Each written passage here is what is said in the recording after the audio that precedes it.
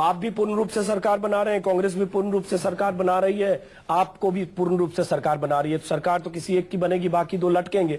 कौन लटकेंगे उस पर हमारी नजर होगी। दर्शकों को बता दें, जो नतीजे रुझान स्क्रीन पर आप लगातार देख रहे हैं, जैसे जैसे रुझान आएगा तस्वीर साफ होगी। 1 से 1.5 घंटे के भीतर तस्वीर साफ हो जाएगी कहां किसकी सरकार बन रही है। हालांकि नतीजे आने में 2 से 3 घंटे लगेंगे, 4 घंटे लगेंगे, लेकिन रुझानों से तस्वीर साफ होगी। अभी जो रुझान है उसके मुताबिक दिल्ली में आप पार्टी 2 सीटों पर आगे दिख रही है, कांग्रेस बीजेपी 1 सीट पर आगे दिख रही। कांग्रेस का अभी रुझान हमारे पास नहीं आया, जैसे जैसे रुझान आएगा हम बताएंगे। बाकी राज्यों की भी बात करें, एक वही एंटी इनकम्बेंसी जिसका जिक्र हम आनंद प्रधान कर रहे हैं कि एंटी इनकम्बेंसी अगर बीजेपी के लिए नहीं होती है और कांग्रेस के लिए एंटी इनकम्बेंसी होती है, तो ये क्या संकेत है? कौन सा फैक्टर है जो कांग्रेस के लिए नुकसानदेह हो रहा है? मेरा ख्याल है अजीत जी, ये ज्यादा महत्वपूर्ण चर्चा है और मुझे लगता है कि जो महंगाई का सवाल है ये सभी राज्यों में और एक अखिल भारतीय सवाल के रूप में उभरा है। और ये सवाल इसलिए महत्वपूर्ण बन गया है अजीत जी कि 2009 के लोकसभा चुनावों से पहले महंगाई काफी ऊंची पहुंच गई थी और उस समय आपको याद होगा कांग्रेस पार्टी ने, यूपीए ने वायदा किया था कि 100 दिन में हम महंगाई कम कर देंगे। लेकिन पिछले 5 साल में लगातार डबल डिजिट के आसपास महंगाई रही है।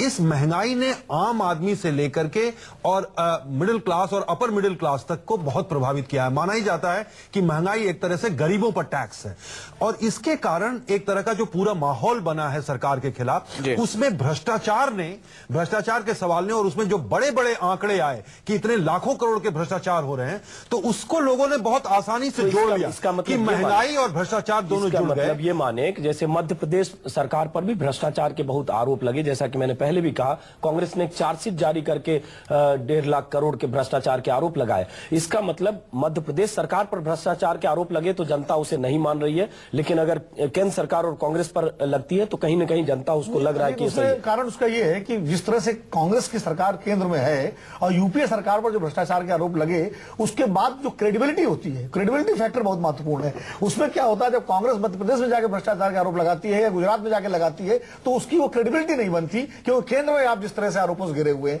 ये एक बड़ा महत्वपूर्ण सवाल और दूसरा ये भी है, यहां हमें ये भी ध्यान रखना पड़ेगा कि चाहे वो छत्तीसगढ़ हो, और छत्तीसगढ़ में तो कुछ हद तक था भी, लेकिन मध्य प्रदेश में कांग्रेस पार्टी एक अपोजिशन के रूप में बहुत सक्रिय अपोजिशन कभी नहीं दिखाई पड़ी है। जी, बहुत ही मतलब एक तरह से वहां का जो स्थानीय नेतृत्व है वो बहुत कमजोर है। उनके कुछ राष्ट्रीय नेता वहां जरूर हैं। आनंद जी अपनी बात पूरी कीजिएगा, लेकिन दर्शकों को जरा दिखा दें, टेलीविजन स्क्रीन पर आप देख रहे हैं जो रुझान मिल रहे हैं उसके मुताबिक फिलहाल किसकी झोली में कितनी सीटें जाती दिख रही है। ट्रेंड है, रुझान है, नतीजे नहीं है। बीजेपी मध्य प्रदेश में 13 सीटों पर आगे, कांग्रेस 7 सीटों पर आगे और अदर्स का फिलहाल खाता नहीं खुल पाया है। 20 सीटों के रुझान मिल चुके हैं 230 में से। आगे छत्तीसगढ़ की तस्वीर देख लीजिए, बीजेपी 7 सीटों पर आगे चल रही है, कांग्रेस 4 सीटों पर आगे है, अदर्स का खाता नहीं खुल पाया छत्तीसगढ़ में। 90 में से 11 सीटों के रुझान मिल चुके हैं। तो छत्तीसगढ़ का हमने आपसे जिक्र किया, मध्य प्रदेश की हमने बात की, उसके अलावा दिल्ली के आंकड़े पर अगर नजर डालें, नफा नुकसान के जो आंकड़े हैं वो देखिए। 2008 में बीजेपी के खाते में 23 सीटें गई थी। फिलहाल जो रुझान है, बीजेपी 3 सीटों पर आगे है, 7 सीटों के रुझान में से कांग्रेस 1 सीट पर आगे है, आम आदमी पार्टी 3 सीट पर आगे है। यह बहुत ही महत्वपूर्ण है विनोद अग्निहोत्री जी। बीजेपी 3 सीट पर आगे और आप भी 3 सीट पर आगे, कांग्रेस 1 ही सीट पर आगे है फिलहाल। निश्चित रूप से अगर यही ट्रेंड रहा तो मुझे लगता है फिर तो मुकाबला बीजेपी और आप पार्टी के बीच में कांग्रेस हो सकता है विपक्ष में भी ना रहे, फिर वो तो साफ दिखाई पड़ रहा है। जिस तरह का ट्रेंड अब रुझान आ रहे हैं, उस रुझान के हिसाब से तो ये लग रहा है, तो इसका मतलब कहीं ना कहीं मानना पड़ेगा कि आपने जबरदस्त तरीके से कांग्रेस पार्टी के वोटों में सेंध लगाई और वो सारा जो वोट, जो एंटी एस्टेब्लिशमेंट वोट है, वो आपने जो है उसको लिया। और बीजेपी का जो अपना कोर वोट है, जो उसका संघ का और हिंदुत्ववादी वोट और जो है वो उसके साथ इंटैक्ट रहा है। ठीक है आनंद जी, अजीत जी जिस बात का जिक्र कर रहे थे कि दिल्ली में जो जनता का रुझान होता है वो कहीं ना कहीं एक देश में क्या तस्वीर है उसको भी पेश करती है। तो क्या माना जाए, अगर विपक्ष में भी कांग्रेस नहीं है दिल्ली में, अगर नतीजे इसी तरीके से आते हैं फिलहाल जो रुझान है, तो कितना बड़ा झटका ये कांग्रेस के लिए और खासतौर पर लोकसभा चुनाव जो होने वाले हैं अगले कुछ महीनों में, उससे कैसे जोड़कर देखा जाए? मैं समझता हूं कांग्रेस के लिए बहुत चिंता की बात है और चिंता की बात इसलिए है कि दिल्ली के जो चुनाव है वो बहुत हद तक राष्ट्रीय मुद्दों पर हुए हैं। दिल्ली के मुद्दों पर जो दिल्ली में विकास का सवाल और ये सब सवाल बहुत बड़े मुद्दे नहीं रह गए। आप देखिए कि दिल्ली में भाजपा ने भी नरेंद्र मोदी को आगे करके चुनाव लड़ा, जबकि कांग्रेस ने चुनाव में शीला दीक्षित को अकेला छोड़ दिया था। तो एक तरह से यहां पर महंगाई का मुद्दा, भ्रष्टाचार का मुद्दा, ये ज्यादा बड़े और महत्वपूर्ण मुद्दे बन गए थे। और ऐसा लगता है कि इन मुद्दों को उठाने वाले पार्टी के रूप में आप पार्टी ने भी जबरदस्त रूप से भूमिका अदा की थी, क्योंकि आपको याद होगा कि आपका जन्म ही एक तरह से भ्रष्टाचार विरोधी आंदोलन से हुआ है। तो इस कारण मुझे ऐसा लगता है कि इस चुनाव में आपका उभरना इन राष्ट्रीय मुद्दों की तरफ इशारा करता है, और यह भी इशारा करता है कि लोग कांग्रेस और बीजेपी से एक इतर विकल्प भी खोज रहे हैं। और अगर वो इतर विकल्प एक सशक्त विकल्प के रूप में आता है, उसकी क्रेडिबिलिटी एक है, तो लोग उसको वोट देने के लिए भी तैयार हैं। ठीक है, आप तो ये इस मायने में दिल्ली के नतीजे और रुझान ज्यादा महत्वपूर्ण है। हमारे साथ प्रवीण कुमार बने हुए आम आदमी पार्टी के नेता। प्रवीण जी, एक सवाल यह है, अगर त्रिशंकु विधानसभा की स्थिति बनती है, उसके बाद फिर से विधानसभा के चुनाव आगे होते हैं दिल्ली में, तो जनता आप पर फिर भरोसा क्यों करे, अगर उसे यह लगता है कि आपको वो समर्थन देकर सरकार नहीं बनवा पा रही है? देखिए, ये तो आगे ही देखना होगा। जनता ये भी देख पाएगी कि जब तक पूर्ण समर्थन नहीं देते हैं तब तक आप सरकार नहीं आएगी। तो ये तो प्रश्न आगे ही उत्तरित होगा, अनुमान की बात है। मुझे नहीं लगता कि जनता नहीं सपोर्ट करेगी। परंतु थोड़ा सा जो दूसरी बात अभी कह रहे थे, उस पर मेरा थोड़ा सा आकलन भिन्न है कि दिल्ली का चुनाव एक्चुअली काफी हद तक लोकल मुद्दों पर ही लड़ा गया है।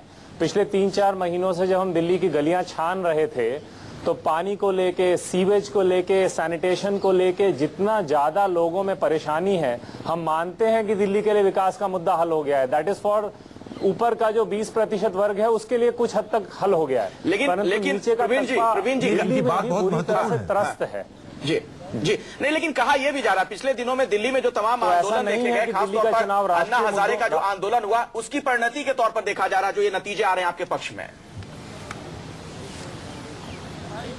नहीं, देखिए, अन्ना का आंदोलन एक पक्ष है। भ्रष्टाचार हमारे समाज में एक बड़ा मुद्दा है, परंतु भ्रष्टाचार को जब आप जोड़ते हैं तो वो गवर्नेंस से जुड़ता है, हमारी रोज की जिंदगी से जुड़ता है, महंगाई से जुड़ता है, सरकारी स्कूल और अस्पतालों की फंक्शनिंग से जुड़ता है।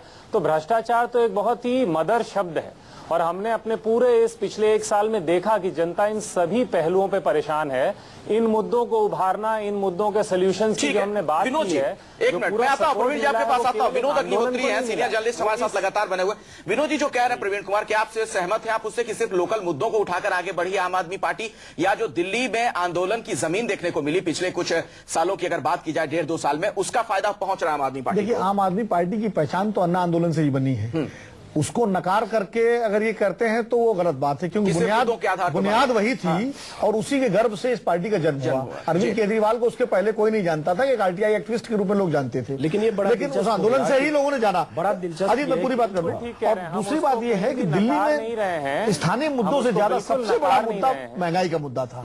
और अगर ये 100 रुपए किलो प्याज और 80 रुपए किलो टमाटर और 50 रुपए किलो आलू का मुद्दा नहीं होता, तो शायद ये इतना मामला जो लास्ट में जो गर्मी आई है पिछले 10 दिन, महंगाई का मुद्दा और भ्रष्टाचार का मुद्दा जो कब हुआ, बिजली बिल भी केजरीवाल जिस तरीके से खंभों पे चढ़ गए, बीजेपी के लोग से बातें करते हैं। और जो एक इन्होंने वादा किया कि 50% बिजली के दाम कम कर देंगे और पानी 700 लीटर में फ्री देंगे, वो लोगों को एक लॉलीपॉप कहिए या लोक लुभावन नारा कहिए, वो उसने भी लोगों को अट्रैक्ट किया, खासकर उस वर्ग को जो कांग्रेस का वोटर रहा है, झुग्गी झोपड़ियों में है, जो या निचली बस्तियों में है, अनऑथराइज्ड कॉलोनीज में है, वो जो वर्ग है जिसने जो है उसको बिजली के बिल से सभी परेशान थे।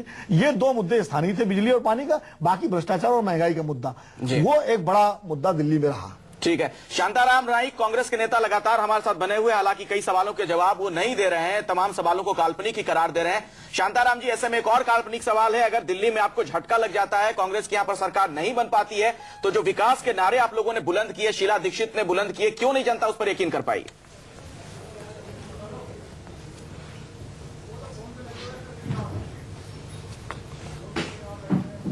चलिए, वो फोन पर लगे हैं। और इस बीच दर्शकों को बता दें, दिल्ली से जो रुझान है उसमें आप पार्टी 4 सीटों पर आगे है, 2 सीटों पर कांग्रेस, 6 पर बीजेपी। 5 पर आदर्श। अब ये आदर्श कौन है ये देखना होगा। ये अभी तक आदर्श में एक आम आदमी पार्टी थी, हालांकि बीएसपी है दिल्ली में, पिछली बार बीएसपी को कामयाबी भी मिली थी, लेकिन ये जनता दल यू के भी होंगे। लेकिन जनता दल यू अगर दिल्ली में इकबाल जो है, हाँ, लेकिन पता करिए, चलिए, लेकिन 5 आदर्श ये बहुत एक इंपॉर्टेंट है। फिर ये इसका मतलब एक कोई तीसरा फैक्टर, अभी तक हम तीसरे फैक्टर की बात करें, चौथा फैक्टर बहुत इंपॉर्टेंट है और ये देखना होगा क्या होता है। लेकिन जो रुझान है, अभी शुरुआती रुझान, ठीक है, शुरुआती रुझान में भी अगर देखें कांग्रेस तो पीछे है।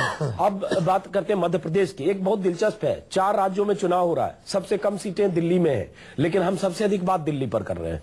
और ये कहीं न कहीं एक केजरीवाल के आने और केजरीवाल के चुनाव में समीकरण बिगाड़ने और जिस ढंग से केजरीवाल ने चुनाव को प्रभावित किया है उसका यह नतीजा है। अब सवाल उठता है कि बाकी राज्यों के नतीजे और दिल्ली के नतीजे क्यों अलग हैं। दिल्ली इसलिए क्योंकि केजरीवाल है, लेकिन अगर मध्य प्रदेश की बात करें, जैसे हम पहले भी बात कर रहे थे कि 10 साल से शिवराज सिंह चौहान की सरकार है। शिवराज सिंह चौहान की सरकार पर भी कई तरह के आरोप लगे, रमन सिंह पर भी आरोप लगे, लेकिन जो हम पहले बुनियादी सवाल हमने कहा कि उन आरोपों को जनता ने अगर खारिज करके उन्हें वापस बुला लिया और 5 साल में सत्ता से बाहर अगर राजस्थान में अशोक गहलोत होते हैं, वहां पार्टी अलग अलग खंड में बटी थी, आप सबको याद होगा वसुंधरा कितनी नाराज थी शुरुआती दिनों में, 1.5 साल तनातनी, उसके बाद भी रिजेक्शन। तो ये संकेत हम बार बार वही कहना चाह रहे हैं कि क्या ये बुनियादी तौर पर अगले 3-4 महीने बाद की राजनीति की तरफ कुछ इशारा करता है या नहीं।